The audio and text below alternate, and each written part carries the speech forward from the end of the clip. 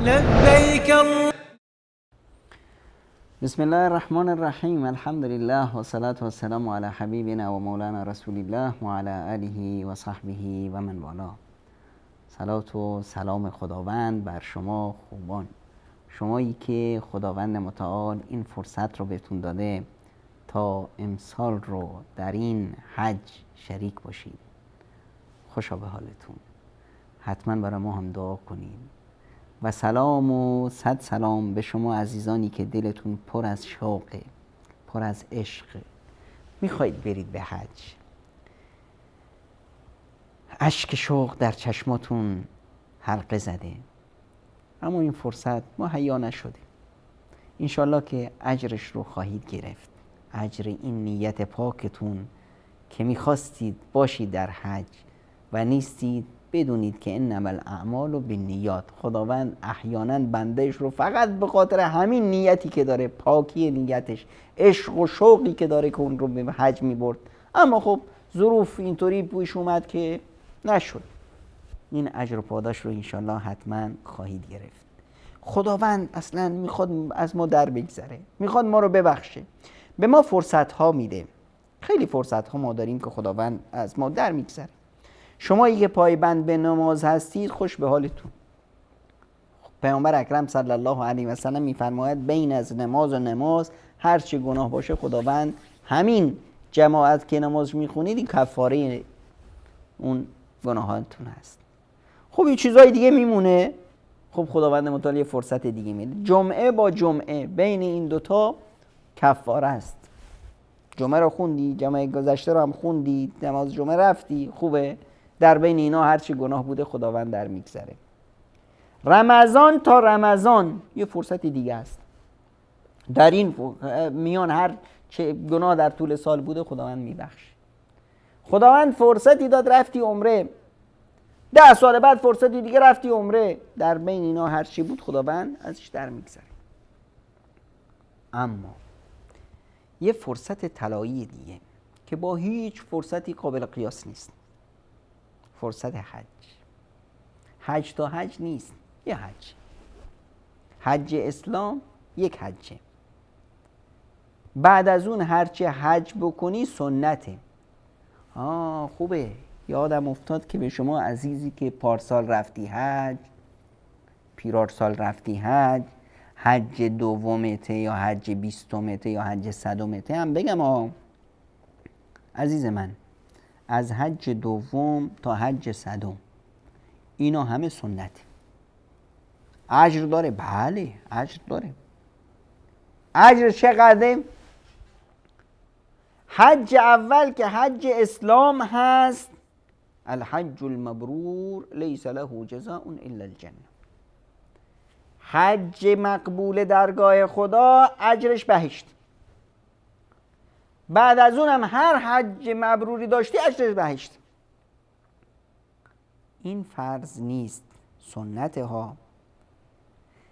اینی که بیایی پولت رو بذاری اون جوون همسایه‌ای که تا حالا نتونسته ازدواج کنه اون رو ازدواجش بدی، اون جوونی که رفته مدرک گرفته بنده خدا داروساز هست پولت رو بدی یک داروخونه و بزنی، اون دختر دم بختی که مونده نمیتونه زندگیش رو بچرخونه اون رو کمکش کنی، بی یتیمان برسی، بی بینوایان برسی، به درد جامعه برسی. من به شما میگم این فرضه.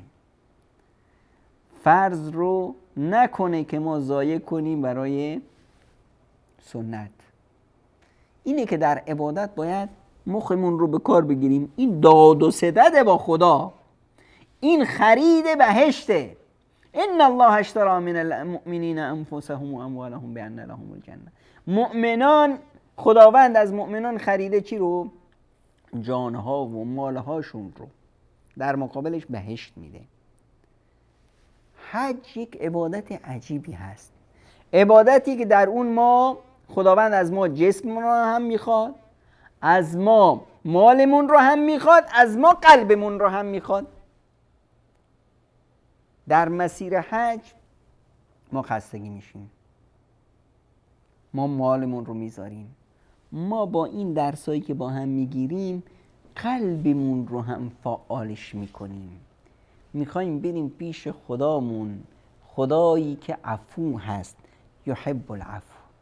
میریم پیش خدامون میگیم لا اله الا انت سبحانك انی کنت من الظالمین. لا اله الا انت، اعتراف به ربوبیت خداوند. سبحانك، تعظیم الهی.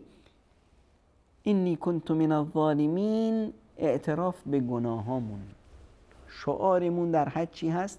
لبیک اللهم لبیک، لبیک لا شریک لک لبیک، ان الحمد والنعمة لك والملک لا شریک لک. وحدانیت خداوند، استجابت دعوت خداوند، تعظیم و بزرگی اله پروردگارمون، لا اله الا انت، و توحید و یکتاپرستی. غیر از خدا رو حذف کردن. کیه که این کارو میکنه؟ من، شما، ما مؤمنان. در حج منیت ذوب میشه، ما میشیم. در حج وحدت مسلمون ها تجلی پیدا میکنه.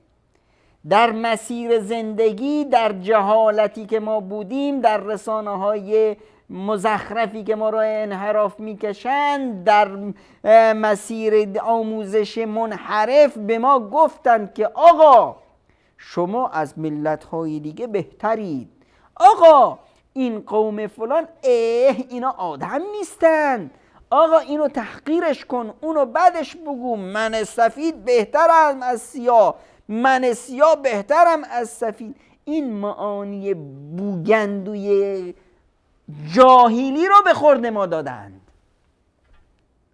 داریم بنده دیگه از بندگان خدا رو تحقیر میکنیم. چیه؟ میگه این چیه؟ این از قوم فلانیه، این نمیدونم پشتوه، این فارس زبانه، این لوره، این کرده، این بلوچه، این فارسه، این سیاهه، این نمیدونم سفیده، این زبانش فلانه، لهجه دیگه رو مسخره کردن، فلانی رو مسخره کردن. اینا همه علامت چیه؟ علامت ابو جهلیه. اینا صفات کیه؟ صفات نمرودی و فرعونیه. اون فرعونی که میگفت انا ربکم الاعلی، خودش رو میدید دیگران رو تحقیر میکرد. این ارزشش از ارزش یک حیوان کمتره. هر کسی که این صفت رو داشته باشه، این صفت ابو جهلی هست، این صفت جاهلان هست، احمقان هست. حضرت ابوذر کیه؟ زبان تلخ حق. ابوذر کیه؟ اون کسی که رسول خدا صلی الله علیه و سلم میفرماید ابوذر تک تنها میاد روز قیامت. یعنی چی؟ خداوند فرمودن ان ابراهیم امه، ابراهیم نرد مردانه یه امته، ابوذر یه امته. این ابوذر وقتی میاد به بلال میگه ای بچه سیاه چرده، تحقیرش میکنه. بلال تو مادرت سیاه بود، تو داری خودش رو میبینه، برار رو نمیبینه. اینو پیامبر خدا صلی الله علیه و سلم میفرمایند یا ابوذر انک امرؤ فیک جاهلیه، ای ابوذر تو ابوذری بله، اما هنوز تو جهالت هست. این جهالت رو باید پاک کنیم. حج به ما این درس رو میده. ابوذری که حج میسازد صورتشو میذاره روی زمین، میگه با خدا سوگند ای بلال صورتم رو بر نمیدارم تا پای تو رو بذاری رو صورت من. باید بفهمیم که این جایگاه جهالت. تویی که میگه از دیگران بهتری به خاطر لباست، به خاطر قومیتت، به خاطر زبانت، به خاطر کشورت، تو جاهلی. باید صورتت رو بذاری روی زمین تا برادر مؤمن دیگرت که اون رو از خودت کمتر میدونستی پایش رو بذاره رو صورتت. اون وقت تو اصلاح میشی، تو ساخته میشی. حج میاد به ما این درس رو میده. در حج همه مؤمنان جمعند. سیاهمون، سفیدمون، افریقاییمون، اروپاییمون، آسیاییمون، نمیدونم پولدارمون، نادارمون، رئیسمون، فقیرمون، جاهلمون، عالممون، همه با هم در یک جا یک شعار، لبیک اللهم لبیک، شعار وحدت الله، شعار بندگی در مقابل الله، شعار اینی که من و شما هممون بنده خداییم، اونم یک خدا. این شعار میاد همه این فرقهایی که فطرت برای ما ساخته که همدیگر رو تکامل بدیم، این فرقها ذوب میشه، ما هممون میشیم چی؟ یک بنده، بنده خدا، با یک برنامه زندگی، با یک شعار، با یک شیوه عبادت، هممون میشیم یک جسد، جسد واحد.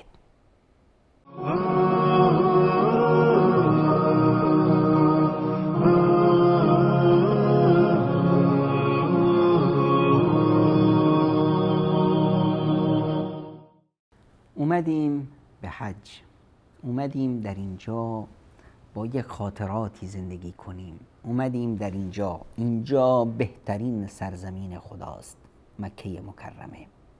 پیامبر خدا صلی الله علیه و سلم میفرمودند انک لاحب بقاء الله الی الله، ای مکه تو بهترین و عزیزترین خطه روی زمین برای خدا هستی. و بعد از مکه میاد مدینه و پیامبر خدا صلی الله علیه و سلم دعا میکرد که خدایا مدینه رو تو قلب ما همونطور عزیز بگردان که مکه رو عزیز کردی. اومدیم در اینجا تا با یه خاطراتی تجدید پیمان کنیم. میدونید چرا دشمنان اسلام همیشه سعی دارن، شیطان ها همیشه سعی دارن ما رو از حج دور کنن؟ جالب اینجاست تا حالا هیچ کشوری در دنیا این نشده که مردمش رو از حج نذاره برن حج. حتی در زمان کفر جاهلیت که بودا، کسی نمیتونست کسی رو ممنوع کنه، منعش کنه که بره به حج. جالبه ها. تنها تو کشور ما شیاطین جمع میشن که ما رو نذارن بریم حج. میدونید چرا؟ چون که اگه ما رفتیم اونجا صدای سمیه شهید رو میشنویم که در مقابل طغیان طاغوت داره استقامت میکنه، جان میده، اولین شهید اسلام میشه. صدای یاسر رو میشنویم که در مقابل دشمن چون کوه ایستاده. صدای احد بلال رو میشنویم که در زیر تازیانه طاغوت حاضر نیست شرک بورزه به خداش. میریم اونجا میبینیم که رسول اکرم صلی الله علیه و سلم چطور بت میشکنه، میبینیم که ابراهیم خلیل چطور بت میشکنه. اونجا که رفتیم چش و گوشمون باز میشه، میبینیم که ما جزئی از یک بشریت بزرگ، از یک خانواده بزرگ، خانواده 1.5 میلیاردی مسلمون هستیم. اینجاست که اون تصورات احمقانه‌ای که تو ذهن ما کاشته بودن، اون مفاهیم جاهلانه‌ای که به خورد ما داده بودن که ما از دیگران بهتریم، اون عبادت‌های من درآوردی و اون دینی که دین فروشان آخوندها برای ما ساخته بودند، ما را از سجده به درگاه الهی گرفته بودند، برده بودند تو دکانایی که خودشون ساخته بودند، اسمشون رو امامزاده و قبر گذاشته بودند تا ما را چپاول کنند. این مفاهیم کلا عوض میشه. ما رفتیم به خانه خدا. در خانه خدا نه اونجا دیگه خمس دادنی هست، نه نذوراتی هست که بره به جیب آخوند. اونجا عبادت هست، من بنده ام با خدام. واسه همینه که حج یک انقلابی به وجود میاره تو انسانها. این انقلاب اون چیزیه که دشمن شیطان ازش میترسه. ببینید در قصه های امروز از دعوتگران امروزی که دعوتگر بسیار نامداری هست، آقای مالکوم ایکس در آمریکا مسلمون میشه به دست کی؟ به دست یک گروهی که خودش رو مسلمون میدونن. علی جا محمد نامی یک گروه امت اسلامی درست کرده بود، بلالیون نامی درست کرده بود، دین سیاهان. در این دین سیاهان چه بود که ما سیاهان از دیگران برتریم؟ یه رد فعلی بود در مقابل اون تبعیض نژادی که سرخ پوستان و سفید پوستان و نمیدونم آمریکا یا اونا داشتن روی این سیاهای بدبخت. اومدن دیدن که باید ما از دیگر، اونا هم میگن ما بهتریم، ما میگیم ما بهتریم. یک دینی برای خودش درست کرد، اسمش رو هم گذاشت اسلام. با اسلام هیچ رابطه ای نداشت، آخرش هم خودش رو پیامبر کرد. مالکوم ایکس در این مدرسه است. از اینجا مالکوم ایکس خداوند بهش فرصتی میده بیاد به حج. میاد در فضای حج میبینه عجب، اینجا همه یکسانند، نه سیاه را بر سفید برتری است، هیچ تبعیض نژادی وجود نداره، همه یک لباس پوشیدن، یک شکل، یک عبادت انجام میدن در مقابل یک خدا. همه بندگان خدا هستند، همه فرزندان آدم هستند. هر برادری با برادری دیگه شکل و قیافش فرق میکنه، ما هممون، اما همه یه خانواده ایم. مالکوم ایکس برگشت کل دعوت علی جا محمد رو تغییر داد، کردش اسلام واقعی. حج این ویژگیشه. من و شما از یک فرهنگی که این فرهنگ رو کیها ساختن، برای چه هدفها ساختن، من و تو رو گول زدن، الان میاییم در حج کل این مفاهیم دروغین و این ساختگی ها اینا ذوب میشه. اینجا میبینیم که نه، شیوه عبادت خداوند یه شیوه دیگه است. به ما گول زدن.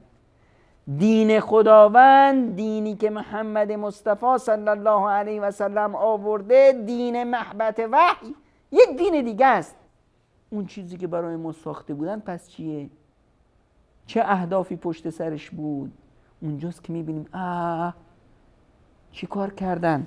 ناموسمون رو به تاراج دادن، مال ثروتمون رو چپاول کردن، رومون سوار شدن، یه دین دیگه برامون ساختن، گولمون زدن. اومدیم اینجا که صحابه بودن، اینجا که مکتب رسول خدا بود، اینجا که اهل بیت رسول خدا بودن، اینجا علی اینطور عبادت میکرد، جعفر اینطور عبادت میکرد، امام حسن و حسین اینطور عبادت میکردن که همه مؤمنان انجام میدن. اینجاست که میفهمیم که ای راهی که ما میرفتیم این به گورستان بود، این به جهنم بود. این تغییر و تحولی که در هر انسانی اینجا به وجود میاد، اینجاست که میفهمیم همه این امت یه امته، همه این خانواده یه خانواده است. این وحدت اسلامی رو وقتی اونجا میبینیم احساس میکنیم که ما جزئی از این تنه بزرگ امت هستیم. افتخار میکنیم که چقدر ما امت بزرگی هستیم، چقدر امت نیرومندی هستیم، چه پتانسیل های قدرتی در ما هست. همدیگر رو میشناسیم، با برادرانمون از انهای دنیا آشنا میشیم، همدیگر رو به آغوش میکشیم، همدیگر رو میبوسیم، به دست همدیگر رو میفشاریم. همه اون فرقها و اون دینهایی که دیگران تراشیده بودن، اون آزرهایی که برای ما بت تراشیده بودن رو از خودمون طرد میکنیم. برمیگردیم، اولین کاری که میکنیم تیشه میگیریم، بتها رو میشکنیم، ابراهیم میشیم.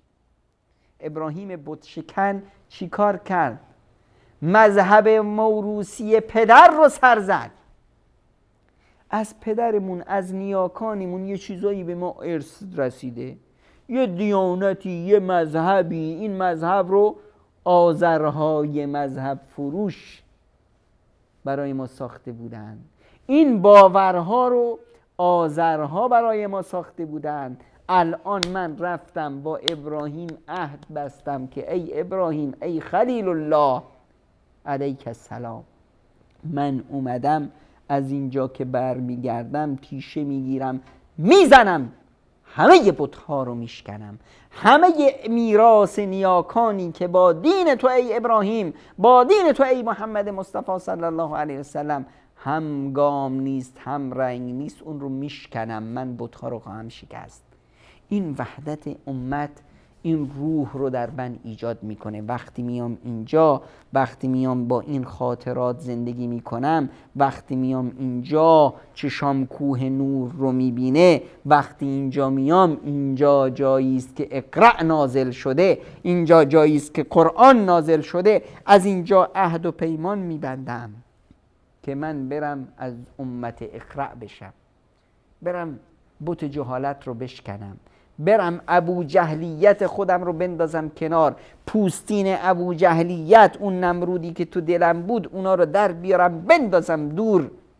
من اینجا اومدم، اینجایی که هر روز فرشته ها می اومدن، اینجایی که جبریل نازل می شد، اینجایی که محمد مصطفی صلی الله علیه و سلم بود، اینجایی که پیامبر اکرم صلی الله علیه و سلم همراه با خدیجه اهل بیت رو تربیت می دادن، خانواده خودش رو، بچه های خودش رو تربیت کرد، اینجایی که پیامبر اکرم صلی الله علیه و سلم دار ارقمش رو تشکل داد، اینجایی که پیامبر خدا صلی الله علیه وسلم مکتب رسالت رو تربیت کرد، اینجایی که جای صحابه بود، صحابه اومدن دین رو رسوندن به تابعین، تابعین به بعد و بعدها، و تا امروز این چرخ ادامه داره. دین خداوند همون طوری که پیامبر به صحابه نشون داد، صحابه به بعدیا اومد به من رسید. از اون طرف دنیا من اومدم که چی؟ اومدم از محبت وحی، از میان این مدرسه بزرگ امت حقایق رو بگیرم. اومدم که از اینجا که برگشتم برم همه اون مذهبی که برام ساخته شده، آذرها درست کردن، همه رو گردن بزنم. اونجا اومدم تا یاد بگیرم ان اکرمکم عند الله اتقاکم، عزیزترین شما، کریمترین شما، با مکانت ترین و با وجاهت ترین شما نزد خدا با تقواترین شماست. اینجا اومدم که دیگه بر هیچ انسانی خودم رو برتر نبینم، هیچ انسانی رو تا ابدالدهر تحقیر نکنم. ابو سفیان با سران قریش بعد از اینکه مسلمون شدن اومدن پیش امیر المؤمنین عمر ابن الخطاب. اینجا کی اومده؟ باز اومده صهیب، اومده بلال، اومده سلمان، اینایی که تا دیروز برده بودن. حضرت عمر به اینا اول اجازه میده که وارد شن. این بعضی از این سران بهشون بر میخوره. ابو سفیان میگه که میبینم که ناراحت شدید، چطور اینایی که تو دیروز برده بودن اینا رو، غلاما رو میبره؟ ما که سران قریشیم اجازه ورود نمیده. اول ابو سفیان بهشون میگه اون روزی که پیامبر اکرم صلی الله علیه و سلم دعوتش رو آغاز کرد، اینا بودن که لبیک گفتن. شما کجا بودید؟ اینا رو ایمانشون برتری داد، شما رو تأخیرتون در ایمانتون عقب انداخت. پس ملاک برتری، ملاک خوبی، ملاک ارزش دین هست، تقوا هست، رابطه من بنده با خدام هست. اینی که پوستم چه رنگه، از چه قومیم، از چه نژادیم، از چه کشوریم، این رو نه من پدرم رو انتخاب کردم، نه مادرم رو، نه زبانم رو، نه جایگاهم رو، نه کشورم رو من انتخاب نکردم. این بر من تحمیل شد. افتخار کردن، پوز دادن به اون چیزی که من توش هیچ نقشی نداشتم، این از علامت‌های جهالت هست.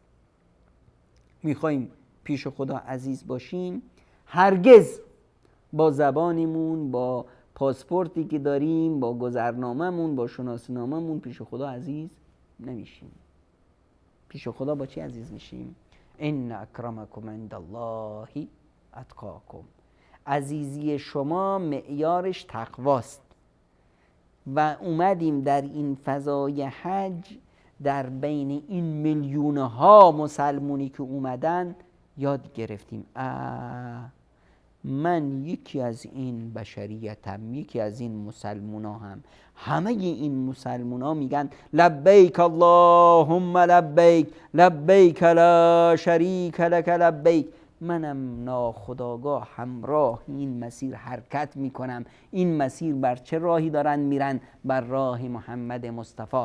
منم بر سر همون راه قدم میذارم، راهی که در اون غیر از خدا نیست، راهی که در اون همه با هم برادرن، راهی که در اون همه برادرها دست و دست هم دادن و اعتصموا بحبل الله کردن و شدن امت واحد، شدن یک کیان واحد. الان افتخار میکنم که من تنها نیستم. من یک بنده ای از بندگان خدا که دست در دست برادران و خواهران مؤمن خود پیش به سوی خدا گام میزنم و تنها خدا رو میخوام. من اومدم اینجا تا چی؟ تا دینم رو یاد بگیرم. اومدم اینجا تا تمام زندگی نبوت رو مرور کنم. در اینجا همه پیامبران اومدند. در اینجا ابراهیم اومد این خانه رو برپا کرد. من اومدم تا مثل ابراهیم باشم. اینجا مهبط وحی هست. اینجا جبریل بر پیامبر خدا صلی الله علیه و سلم نازل شد. اینجا بود که محمد مصطفی تنها از این غار حرکت کرد، در این شهر اومد اینجا و امروز دعوت محمد مصطفی 1.5 میلیارد شده. اینجاست که من یاد میگیرم من تنها میتونم برم به کشور خودم، به شهر خودم، محمد مصطفی صلی الله علیه و سلم بشم مثل رسول خدا صلی الله علیه و سلم که خداوند اون رو اسوه و الگو برای من قرار داده و من اومدم اینجا الگو برداری برگردم اونجا. من تک تنها کل جامعه رو عوض کنم. روز قیامت همه میان پیش خدا. بعضی از پیامبران میان 100 نفر همراهشونه، بعضی ها میان 1 نفر همراهشونه، بعضی ها میان هیچ که همراهشون نیست. من بیام و با من میلیون ها نفری باشند که من سبب هدایت اونها شدم، در رکاب رسول اکرم صلی الله علیه و سلم حرکت کنیم. اونه که یه ارزش داره. اونجاست که میتونم درست نگاه کنم تو چشای رسول خدا صلی الله علیه و سلم، با افتخار سرم رو بالا بگیرم بگم یا رسول الله واقعا من لبیک گفتم به ندای حق و بودم و شدم آنچنان که شما میخواستید.